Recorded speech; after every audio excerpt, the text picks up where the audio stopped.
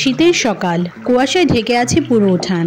বাইরে ঠান্ডা বাতাস বইছে, আর আমার মন বলছে আজকে একটা মজার খিচুড়ি না হলে চলবে না। ভাবতেই আর দেরি করলাম না, চাদর গায়ে দিয়ে রান্নাঘরের দিকে ছুটলাম। রান্নাঘরে যেয়ে দেখি ফুলকপি, গাজর, সিম, নতুন আলু আর সবুজ মটরশুঁটি আছে। আমার ছেলে এসে বলছে, মা আজকে কি মজার কিছু হবে?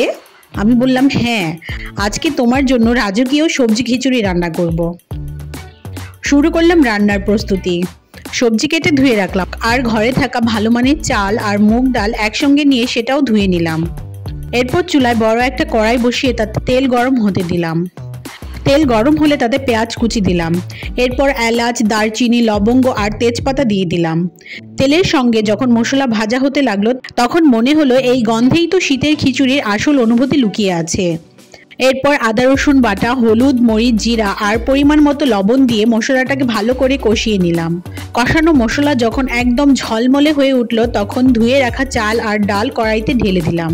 চাল ডাল ভাজার সেই আওয়াজ আর গন্ধ যেন এক অন্যরকম অনুভূতি এনে দিল।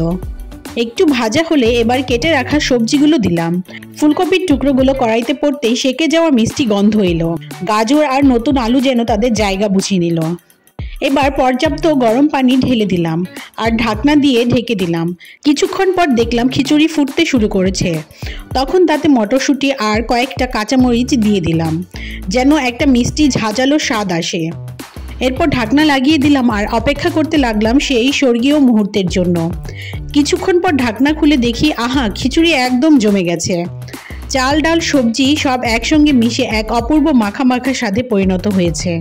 শেষ মুহূর্তে এক মুঠো ধনিয়া পাতা ছড়িয়ে নাড়াচাড়া করে দিলাম। গরম গরম খিচুড়ি পরিবেশন করতে না করতেই বাড়ির সবাই ছুটে এলো। ছোট ছেলে খেয়ে বলল, মা এমন মজাদার খিচুড়ি তো আগে কখনো খাইনি। বড় ছেলে যোগ করলো, খেতে খেতে শীতই চলে যাবে।